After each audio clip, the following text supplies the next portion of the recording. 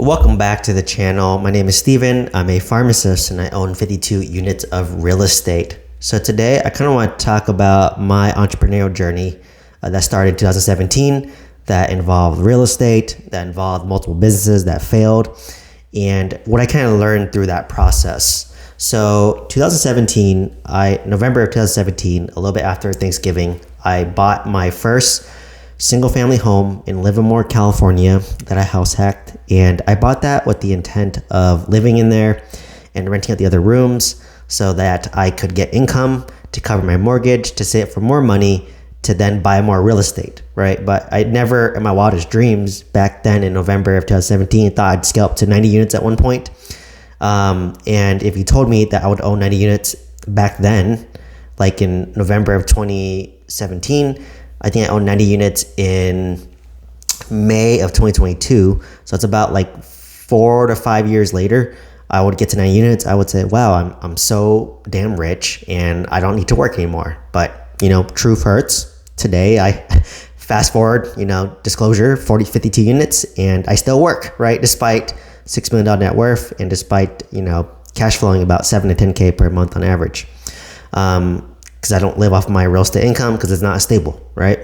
But anyways, it started in 2017, bought my first house hack, 2019, bought my second house hack, 2021, bought my third house hack. Obviously during that time, COVID hit. I was able to cash out refinance all my properties that appreciated significantly and lower my interest rate, as well as pull a lot of money on top of that. And then from there, I was able to use that money to go buy my 26 unit apartment complex, which I self-funded the renovation. I put about 12% down because I got a seller credit, and then which was $60,000, and then I had to put in $300,000 of renovation. I bought my mobile home park. That was a 200 lot mobile home park, but I think it had roughly around like 30 to 40 units there at the time. And I bought that for like $1 million. I put 10% down, and then I put in another $500,000 to try to fix it up. And obviously this is the one that I sold for a loss. So I lost about $100,000 on that. So got a nice tax write-off when I sold it for my W-2. So, because I wrote off $100,000 and I'm taxed 40%, I got back roughly about $40,000. So my loss ended up being $60,000. And I still have when I sold the mobile home park, I did a seller carry second on that. So, hopefully, fingers crossed, the next owner does well so that I can when they do their cash out refinance, I can get my money back or most of my money back. And, hopefully get that money, that $400,000 roughly, and then, use that towards paying off this house or paying off my max index universal life insurance policy, my variable universal life insurance policy, just build up my emergency reserve, right? Or I could use it to buy more real estate too, right? Or I might do all the above, right? So, that one I bought, and then I bought my 20 unit in, May of 2022. And I bought my primary residence here, which is my most recent purchase. And then I have a single family home, in Huntsville, Alabama, right? So I think it's 52 units of real estate. Sorry if I missed one or two. So in my biggest growth was in 2021. So obviously this was COVID. This is when I joined my multifamily apartment mentorship program. And this is when I was in massive scale. And this is when I was laid off, right? I have a video talking about me getting laid off. But once I got laid off, it shared my identity as a pharmacist. So I pivoted to my identity as an entrepreneur, as a real estate investor. So I tried to buy a lot of real estate, or I bought a lot of real estate, and then I tried a bunch of businesses, right? But obviously I got burned on a few of these, right? So 2021 was my after I did my cash out refinance to pull out like over $1 million. That's when I scaled massively. I bought 80 units, 8 months, right? So I bought my 26 unit, which I have to renovate, my mobile home park, which I have to renovate, and my 20 unit, which I have to renovate. And on top of that, I seed funded a pharmacy in Orange County, which I was working in for a few months, and then eventually that was sold for a loss. I put $30,000 to, I think, to Lunar Ecom, which was Ryan Panetta's e-commerce store, which was a complete waste of money and a complete scam, unfortunately. A lot of YouTubers were selling this Amazon drop shipping, charging $30,000, selling you the dream of quick and easy income. But the only thing quick and easy was how fast I lost my $30,000. And, Ryan Panetta is still growing, right? Despite, launching that product, which was unfortunately very scammy. And what else did I do?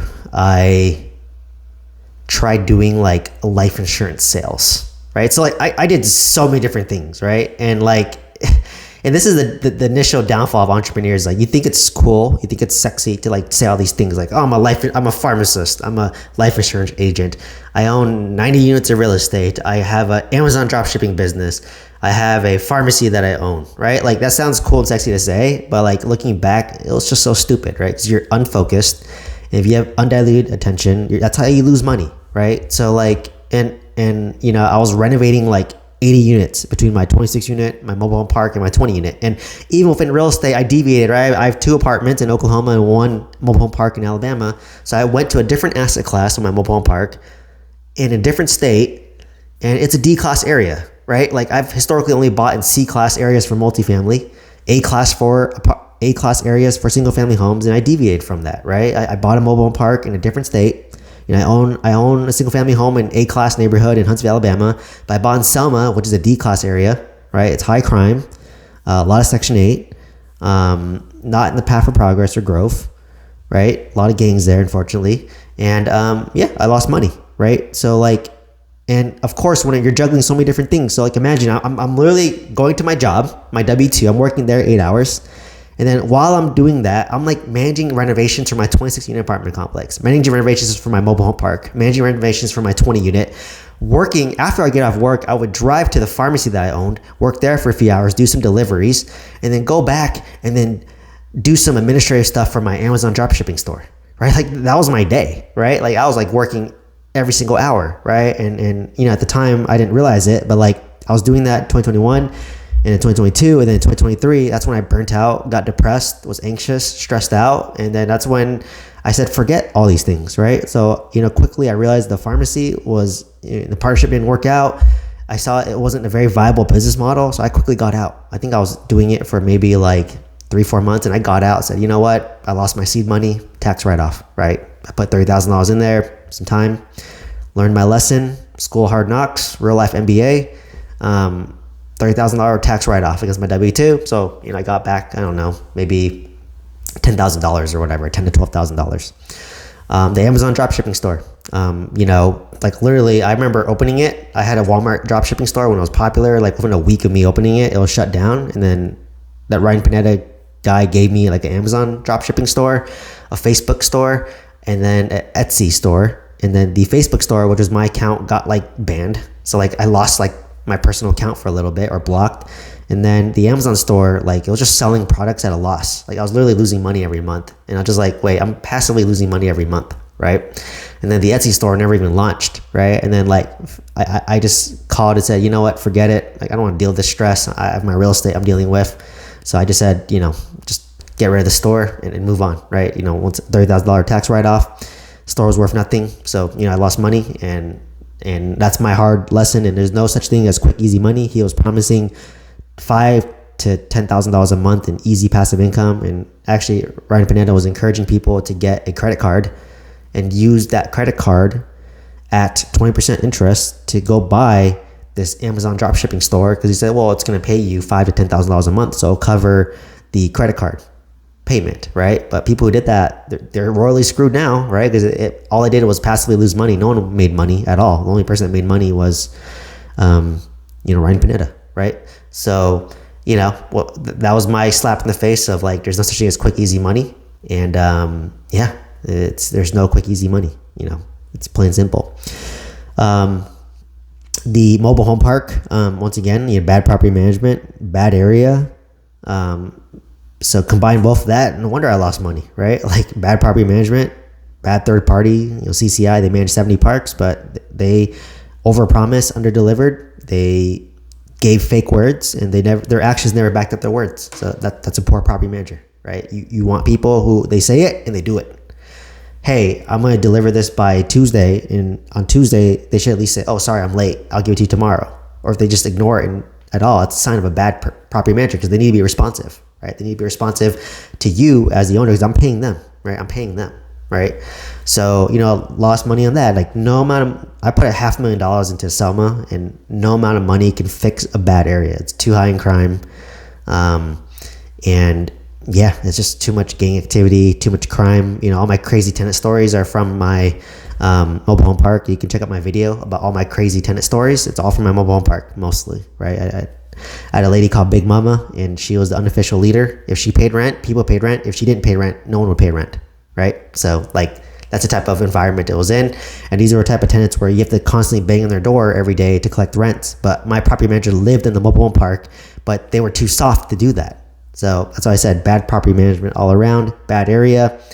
Lucky to just lose $100,000, to be honest. I probably should have lost more, and maybe I will, right? Because I am doing a seller carry of $400,000, so I didn't get that money back yet. So maybe I'll lose more, right? Or maybe I'll get back my money, or maybe get back half my money, or some of the money, right? I don't know, right? What else? So was doing that, and like I said, it sounds cool, sounds sexy, and my single family homes, because I pulled out so much equity on my single family homes, they're now cash flow negative, right? And then when you're renovating the 20 unit, the 26 unit, the mobile home park, you're not making any money, right? Whatever cash flow you make, it's just being reallocated back to doing renovations. And that's what I was doing, right? I was usually, whatever money I had, I would use it for renovations, and then I'd put in extra money. Like every month, I'd be writing like $20,000 to $25,000 checks for each property. So that's about $75,000 checks every month, right? And I hit to the point where I ran out of my money. I started using my lines of credits, because I have line of credits against my my stock portfolio through Charles Schwab as emergency reserve, and I had a $100,000 line of credit through First Republic Bank before it was bankrupt. It's now owned by SoFi, but I dipped into my line of credit by about $150K. So I was getting nervous and stressed, right? And I was losing $10K a month. And like I said, your properties aren't cash flowing yet, right? Because now I'm negative cash flow from my single family portfolio. I'm reallocating all my cash flow from my 26 unit to fix it up, plus putting in money. My mobile home park was losing $10K a month, right? Which was wiping out my W2 income of $10K per month. And then my 20 unit, whatever cash flow that I was getting was being reinvested back to fixing up the property, right? So obviously I'm so cash flow negative, and it's super stressful. I've never experienced financial stress, and it was a very stressful thing, right? I never want to go through that again, right? That's why I learned so much from this journey. For me now, it's just do one thing, right? Make your life easy. Just do one thing, right? I'm only going to buy single family homes in California, where I live, and in Huntsville, Alabama, where I own a property. I'm only going to buy C-class multifamily, 10 to 50 units in Oklahoma. I'm not going to deviate from that, right? And I only want to do businesses that have no partners, number one. Number two is it has to be low overhead and high upside. So that's why I like creating content, doing coaching, because it's low overhead. There's no overhead, right? When I owned a pharmacy, I was paying $5,000 a month for rent, right? Regardless of how much money that pharmacy operates. I had to pay a pharmacist to man it. I had to pay a technician to man it. I had to pay for a driver to deliver my drugs, right? I had to pay for drug inventory. So there's a lot of expenses, right? But when you do a coaching business, I'm just doing it in my house. I'm already paying my mortgage. I don't need an office, right? I don't need employees. If I have an employee, it might be a virtual assistant. That's cheaper, right? So it's low overhead, high upside potential. With coaching, you can make as much as you charge, right? And for me, I'm higher ticket because I teach multifamily coaching and mentorship. So it's obviously good profit margins. It just requires my time, my effort, right? And another thing is becoming a realtor, right? That's why I want Christine, when we're married, she's gonna become a real estate broker instead of me, because it's high. If she's a broker, she doesn't need an office. We don't want to have a bunch of agents underneath us. We don't care for that. We just want to sell properties ourselves, and I'll help her, obviously, even though I'm not going to be licensed, but I'll be her helper. But with selling real estate, I already know how to analyze deals better than most real estate agents, because I'm an investor. I think like an investor, right? And then I can structure financing a bit better, and then think more creatively in terms of pitching to investors. So I would probably gear towards real estate investors, versus Christine would gear towards just home buyers, right? So we complement each other very well. And another thing is with becoming a realtor or real estate broker is low overhead, because if you're your real own broker, you don't have to pay a broker any commission. You don't need an office. You don't have to pay any fees, right?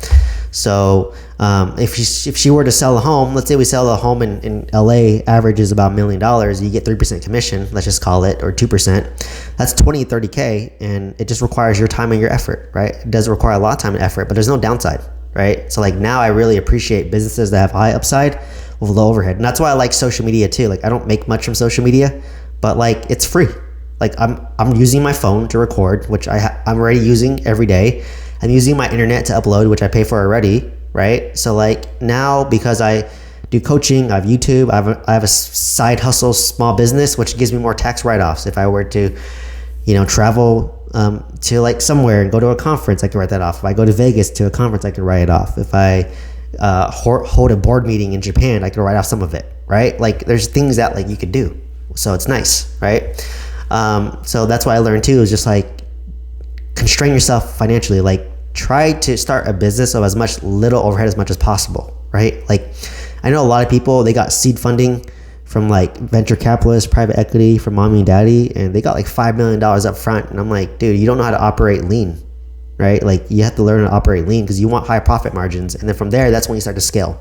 Because if I am constantly selling mentorships, coaching, and to the point where I'm like over capacity, then I'm making so much money to the point where I can afford to hire like a virtual assistant to help me. I can afford to hire another coach to help me. I can afford to hire people to help me, right? That's why I believe in like high ticket and like high profit margin.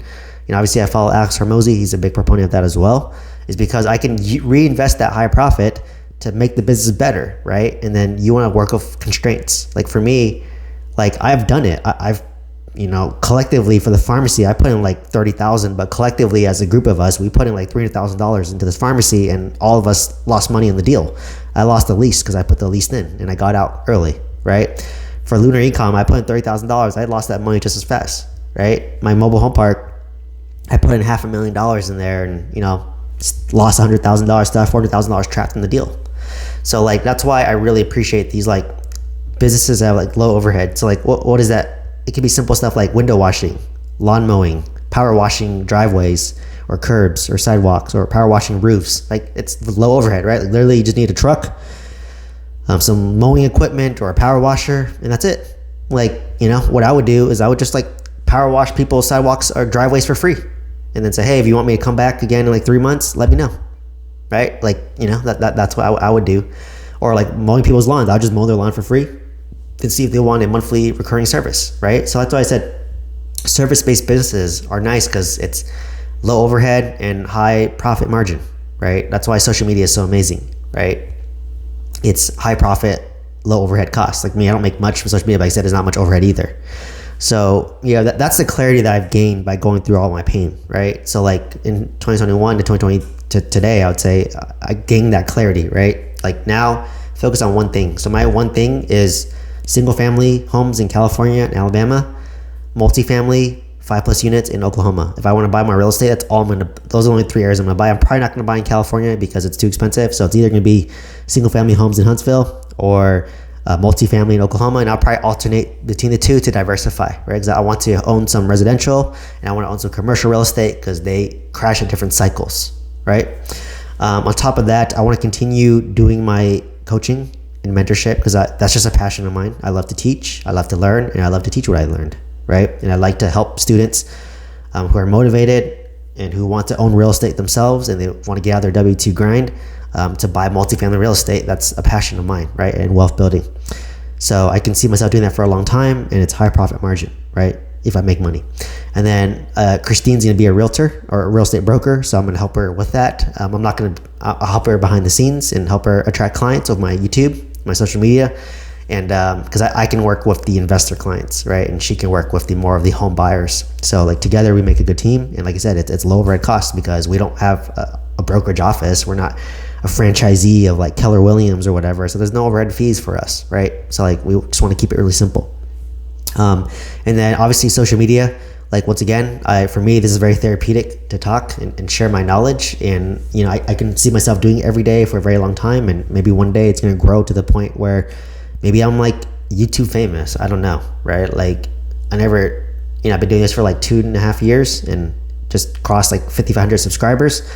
Compared to other people, it's probably slow. But like for me, if you were to told me that like in 3 years I have 5,500 subscribers when I first started, I'm like, damn, that's actually pretty good, right? Like I'm just some random Asian dude talking about real estate and mindset and all this stuff on YouTube.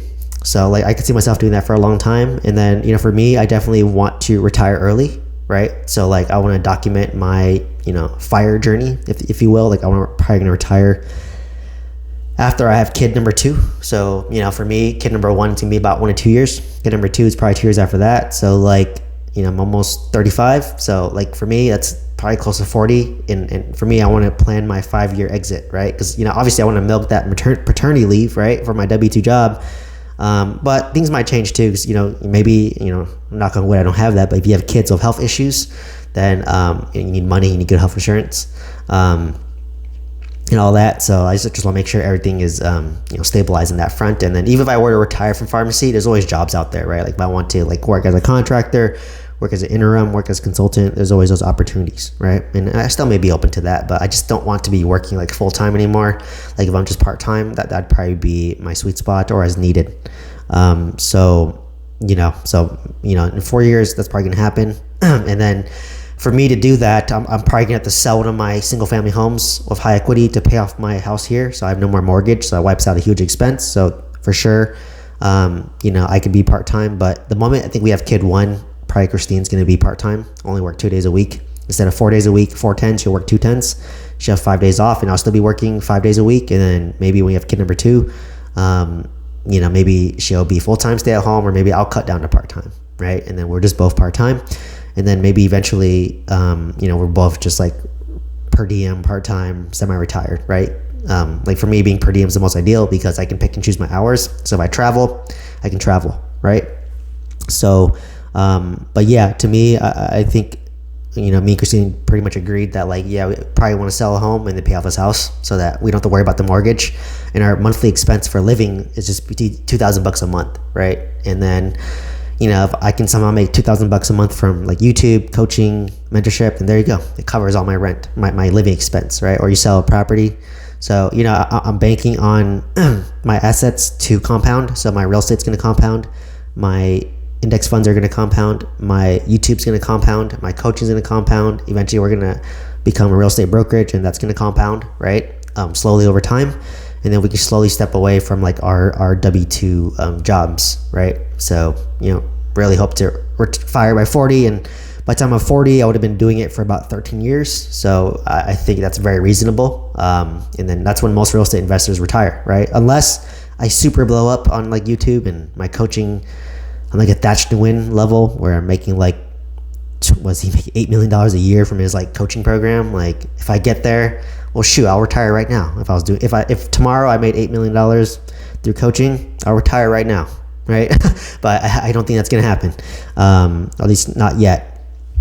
But anyways, that's just kind of my rant about my financial freedom journey, my entrepreneurship journey, and how I was like unfocused. And when I was unfocused, I lost a lot of money, right? Like I think I listed about $200,000 of losses just for me being stupid, for me being unfocused. And I hope that you can learn from my $200,000 mistakes, that you don't have to make the same mistake, and just stay focused, have clarity, and then just continue doing what you're doing, right? So for me, once again, single families in Alabama, multifamily in Oklahoma, continue YouTube, coaching, and eventually Christine's gonna become a real estate broker, right? That's what we want for now.